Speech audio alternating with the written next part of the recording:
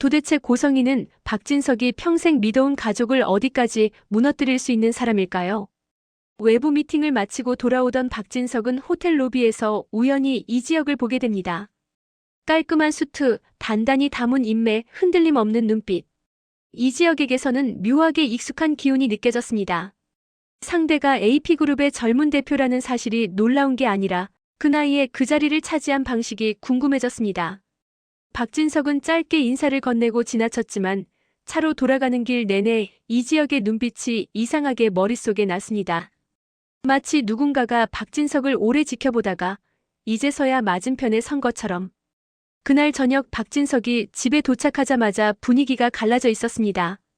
거실 한복판에서 박영나가 울고 있었고 고성희는 소파에 앉은 채 아무 말도 하지 않았습니다. 박영나의 목소리는 억지로 참아온 사람이 더는 참지 못할 때의 떨림이 섞여 있었습니다. 먹고 싶은 것도 입고 싶은 것도 하고 싶은 것도 다 허락받아야 했다고. 웹툰 작가라는 꿈 하나만은 포기 못하겠다고. 박영나가 그렇게 말할 때마다 박진석의 얼굴은 더 차가워졌습니다. 박진석은 딸의 꿈이 싫다기보다 집안이 흔들리는 소리가 싫었습니다. 통제는 박진석이 가족을 지키는 방식이었고 딸의 자유는 박진석에게 균열처럼 느껴졌습니다. 박영나가 결국 소리를 높였을 때 박진석의 손이 움직였습니다. 박영나의 뺨이 돌아간 순간 거실의 공기가 얼어붙었고 그 정적 속에서 박성재가 늦은 퇴근으로 거실에 들어섰습니다. 박성재는 그 장면을 보고도 한동안 말이 나오지 않았습니다. 분노보다 먼저 그 집에서 자란 사람이 가장 잘 아는 종류의 공포가 박성재의 목을 조였습니다. 박성재가 가까이 가려 하자 박진석은 더 낮은 목소리로 막아섰습니다. 박진석은 박성재를 밀어내며 고성희에게 문 잠가라고 명령했고 고성희는 떨리는 손으로 박영나를 방으로 끌고 들어가 문을 걸어 잠갔습니다. 박영나는 문을 두드리며 울부짖었고 그 소리가 집안을 꽉 채우는 동안 고성희는 끝까지 아무 말도 하지 못했습니다. 박영나가 가장 견디지 못한 건 아버지의 손바닥이 아니라 어머니의 침묵이었습니다. 남은 거실에서 박성재는 끝내 박진석에게 대놓고 말합니다. 박영나가 아니라 고성희에게 더 신경 쓰라고. 직접 알아보라고. 박진석은 그 말이 불쾌하기보다 섬뜩했습니다. 박성재는 아버지를 협박하는 사람이 아닙니다. 그런데 지금 박성재의 눈빛엔 알아야만 한다는 확신이 있었습니다. 박성재는 더 설명하지 않고 올라가 버렸고 박진석은 거실에 홀로 남아 그 문장만 되뇌었습니다. 고성희에게 더 신경 쓰세요. 직접 알아보세요. 며칠 뒤 박진석은 비서실장에게서 이상한 서류를 받습니다. 박성재가 사내 시스템에 올리려다 만 퇴사 관련 초안. 그리고 그 뒤에 붙어있던 개인 일정 캡처. 박진석은 퇴사보다 일정표의 메모 한 줄에 손이 굳었습니다. 이수빈과 이지혁. 마지막임. 마지막이라는 단어가 유독 눈에 걸렸습니다. 박진석은 처음엔 박성재가 이수빈과 진짜로 끝낸 줄 알았습니다. 그런데 마지막이라는 단어는 헤어짐이라기보다 누군가에게 정리를 요구하는 어감이었습니다. 박진석은 즉시 비서실장에게 이수빈의 가족관계를 확인하라고 지시합니다. 보고서는 너무 빨리, 너무 명확하게 돌아왔습니다. 이수빈의 친오빠가 이지혁이며 아버지가 이상철이라는 사실. 박진석은 그 이름을 보자 잠깐 숨이 막혔습니다. 이상철은 박진석이 과거에 한 번 제대로 무시하지 못했던 사람이었습니다. 말투는 조용했지만 눈빛이 단단했고 타협을 요구하면서도 비굴하지 않았습니다. 박진석은 그 사람이 지금 AP그룹이라는 배경과 연결되어 있다는 사실이 마음에 걸렸습니다. 박진석은 자신이 수많은 사람을 평가해왔다고 믿었지만 이상철이 사는 방식은 늘 박진석의 계산 밖에 있었습니다. 그리고 더 불쾌한 건 이상철의 아들이 박진석 앞에서 똑같은 눈빛을 했다는 점이었습니다. 박진석은 박성재의 퇴사를 막기 위해 여자친구를 집으로 데려오라고 말하지만 박성재는 이미 헤어졌다고 돌이킬 수 없다고 선을 긋습니다. 박진석은 그 선이 단지 연애의 끝이 아니라 아버지와 아들의 관계 자체를 끊어내려는 선처럼 느껴졌습니다. 박진석은 박성재가 떠나는 걸 실패로 받아들이기 싫었습니다. 그래서 박진석은 이지혁을 직접 만나기로 합니다. 문제를 풀려면 상대의 눈을 봐야 한다고 박진석은 믿었습니다. 프라이빗한 자리에서 마주 앉은 박진석은 예의 바른 미소로 이지혁을 맞이하지만 속으로는 이미 결론을 내려놓고 있었습니다. 이 만남은 협상이 아니라 확인입니다. 박진석은 이지혁이 어떤 카드를 쥐고 있는지, 그리고 그 카드가 박진석의 집안을 어디까지 흔들 수 있는지 확인하려 했습니다. 이지혁은 박진석의 인사에 고개를 숙이며 담담히 말합니다. 자신은 박성재의 친구이며 이수빈의 오빠라고. 이지혁이 그 말을 꺼내는 순간 박진석의 머릿속에서 상대의 요구가 자동으로 만들어집니다. 집안, 배경, 조건, 타협. 늘 그 순서였습니다. 그런데 이지혁은 박진석이 예상한 방향으로 한 발도 움직이지 않았습니다. 이지혁은 오히려 박진석의 시선을 정면으로 받아내며 말했습니다. 수빈과의 관계를 박진석이 반대한 걸 알고 있다고. 그리고 집안 배경이 문제라면 자신이 수빈의 든든한 배경이 되어줄 수 있다고. 박진석은 그 말에서 거래의 냄새를 맡고 잠시 안도합니다. 역시 원하는 게 있구나. 박진석은 그때까지 이지혁을 하나의 협상 상대로 놓고 있었고 그 안에서 자신이 우위에 설 수 있다고 믿었습니다.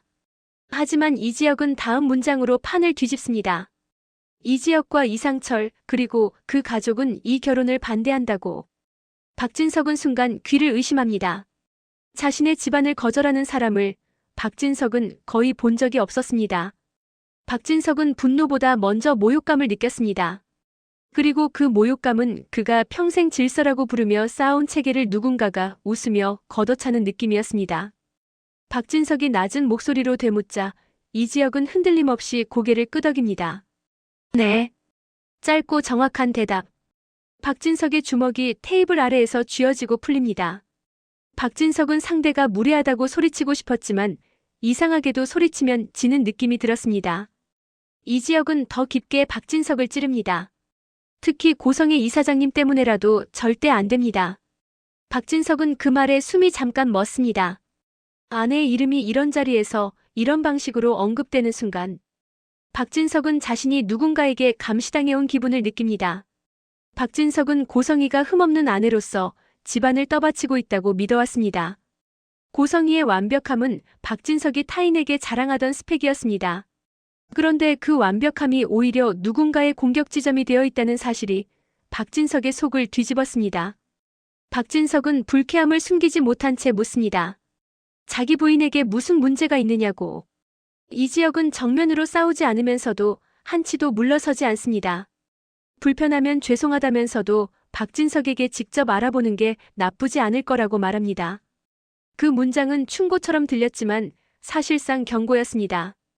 박진석은 그 자리에서 비서실장에게 전화를 걸어 고성희의 동선, 만나는 사람들, 그리고 과거까지 전부 다시 조사하라고 지시합니다.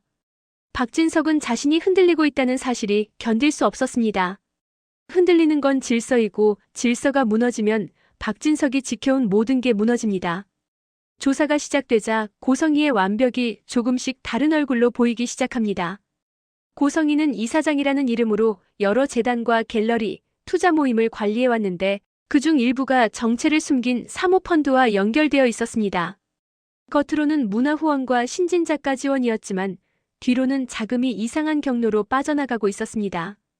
박진석은 숫자에 강한 사람입니다. 회계의 흔들림은 거짓말의 흔들림이고 거짓말은 결국 가족을 태웁니다. 박진석은 처음엔 사기라는 단어를 믿지 않으려 했습니다. 고성희가 사기라니. 그건 박진석이 선택한 아내가 실패했다는 뜻이니까요. 하지만 더 파고들수록 정교한 구조가 보입니다. 투자 실패를 숨기기 위해 또 다른 돈을 끌어오고 그 돈을 끌어오기 위해 사람의 약점을 잡고 약점을 잡기 위해 은밀한 관계를 만들어내는 방식. 박진석의 조사팀은 결국 고성희가 몇 년 전부터 이중생활에 가까운 움직임을 보여왔다는 자료를 확보합니다. 박진석이 해외 출장으로 비온 날 고성희가 만난 남자. 고성희가 누군가에게 건넨 현금 다발. 고성희의 개인 계좌로 흘러들어온 수상한 송금. 그리고 더 결정적인 기록 하나. 고성희가 정기적으로 방문하던 병원. 그 병원은 단순 검진센터가 아니라 특정 환자 정보를 철저히 비공개로 관리하는 곳이었습니다. 박진석은 거기서 처음으로 두려움을 느낍니다. 분노와 모욕감은 박진석에게 익숙하지만 모르는 공포는 익숙하지 않습니다.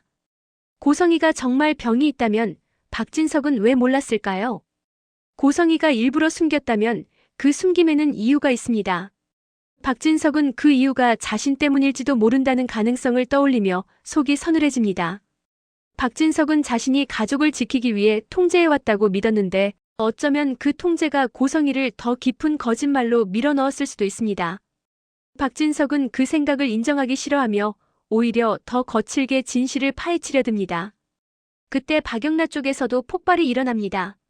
박영나는 아버지의 통제에 순종하던 삶을 끝내겠다며 파혼을 선언합니다. 박영나가 결혼 예정이던 집안은 박진석에게 중요한 연결고리였고 박진석은 그 파혼이 단지 딸의 고집이 아니라 집안의 금이 밖으로 드러나는 사건이라고 느낍니다. 박영나는 박진석에게 대놓고 말합니다. 자신이 웹툰을 하고 싶어서가 아니라 고성희가 자신을 상품처럼 관리해왔다고. 박영나는 눈물을 흘리면서도 웃습니다. 울면서 웃는 사람의 표정은 이미 마음속에서 수많은 번복을 끝낸 사람의 표정입니다. 박영나는 말합니다. 엄마는 아빠가 모르는 사람 같아. 박진석은 그 문장에 심장이 철렁합니다. 박성재가 던졌던 말과 같은 방향입니다. 박진석은 더 이상 우연이라고 넘길 수 없었습니다. 박성재는 퇴사를 밀어붙이며 박진석과 정면으로 부딪힙니다. 박성재는 아버지의 그림자에서 벗어나고 싶다는 말을 하지만 그 말 속에는 이 집을 더는 믿지 못하겠다는 뜻이 묻어 있습니다. 박진석이 박성재에게 왜 이렇게까지 하느냐고 묻자 박성재는 끝내 숨겨둔 사실을 흘립니다. 고성희가 박성재에게 어떤 제안을 했다고. 박성재가 입을 다물어주는 조건으로 회사 지분과 해외 법인 자리를 약속했다고. 박성재는 그걸 거절했지만 그 제안을 받는 순간 깨달았다고 말합니다. 고성희는 가족을 위해 움직이는 사람이 아니라 가족을 이용해 살아남는 사람이라고. 박진석은 그 말에 속이 뒤집힙니다. 박진석은 아내가 아들을 매수하려 했다는 사실도 충격이지만 더 충격인 건 박성재가 그 제안 앞에서 고민했다는 눈빛입니다. 박진석은 그 눈빛을 보고 자기 통제가 결국 자식들에게도 같은 방식으로 옮겨갔다는 걸 느낍니다. 그걸 인정하면 박진석이 평생 지켜온 방식이 실패가 됩니다. 그래서 박진석은 더 잔혹하게 확인하려 듭니다. 진실만이 자신을 무죄로 만들어줄 거라고 믿으면서. 조사의 다음 단계에서 박진석은 고성희의 과거에서 출생의 비밀과 연결된 기록을 받게 됩니다. 오래된 산부인과 진료 기록, 이름이 지워진 신생아 출생 확인서, 그리고 그때의 담당자가 남긴 짧은 메모. 메모의 핵심은 단 하나였습니다. 아이 바뀜 가능성. 박진석은 눈앞이 어지러워집니다. 박진석의 머릿속에는 즉시 박영나의 얼굴과 박성재의 얼굴이 떠오릅니다. 그리고 그 다음으로 떠오르는 건 호텔 로비에서 마주친 이지혁의 단단한 눈빛입니다. 박진석은 자신의 판단이 끔찍하다는 걸 알면서도 멈출 수 없었습니다. 혹시 이지혁이 박진석의 집안과 연결된 피일 수도 있다는 가능성. 그 가능성은 말도 안 되지만 말이 안 될수록 더 무섭습니다. 박진석은 그날 밤 고성희를 마주 앉혀놓고 묻습니다. 당신 나한테 숨기는 거 있지? 고성희는 놀라지 않습니다. 그게 더 이상합니다. 고성희는 오히려 박진석이 이 말을 꺼내기만을 기다렸다는 듯 차분하게 물잔을 내려놓습니다. 그리고 웃습니다. 그 웃음은 따뜻한 웃음이 아니라 오래된 피로와 계산이 섞인 웃음입니다. 고성희는 말합니다. 여보, 이제 와서 알아내면 감당할 수 있어요? 박진석은 그 문장에서 처음으로 자신이 협박당하고 있다는 느낌을 받습니다. 고성희는 박진석이 가장 싫어하는 방식으로 말을 합니다. 박진석의 권력을 흔드는 방식, 박진석이 가진 확신을 빼앗는 방식. 박진석이 더 캐묻자 고성희는 반대로 박진석을 공격합니다. 박진석이 모르는 사이 박진석의 이름으로 묶인 투자금이 이미 위험하다고. AP그룹 쪽에서 그 약점을 잡고 있다고. 그리고 그걸 흘린 사람이 박성재일 수도 있다고. 고성희는 한 문장 한 문장을 비난처럼 쌓아올립니다. 박진석이 가족을 지키려 했던 방식이 사실은 가족을 도박판 위에 올려둔 거라고.